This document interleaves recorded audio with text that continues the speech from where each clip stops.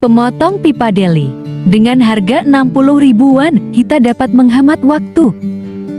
Cara pemakaian ada dua cara. Pertama, pipa tipis type D. Kita jepit sentuh, lalu putar perlahan kemudian ditekan.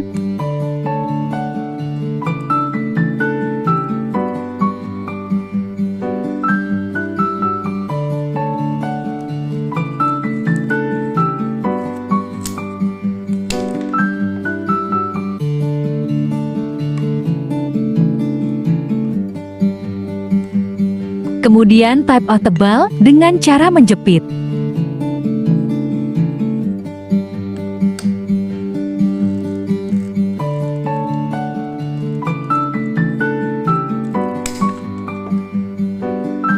Inilah hasilnya, selamat mencoba.